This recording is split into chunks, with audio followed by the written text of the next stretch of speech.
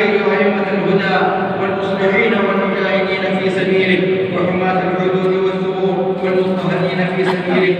اللهم احفظنا بالإسلام قائمين، واحفظنا به قاعدين، واحفظنا به راقدين، ولا تشمت بنا عدوا ولا حاسدين. اللهم ألف بين قلوبنا واصلح ذات بيننا، واهدنا سبل السلام، ونجنا من الظلمات إلى النور، آمين. الفواحش ما ظهر منها وما بطن، وبارك لنا في أسماعنا وأبصارنا وقلوبنا وأزواجنا وذرياتنا، وتب علينا إنك أنت التواب الرحيم، واجعلنا شاكرين لنعمك آمين.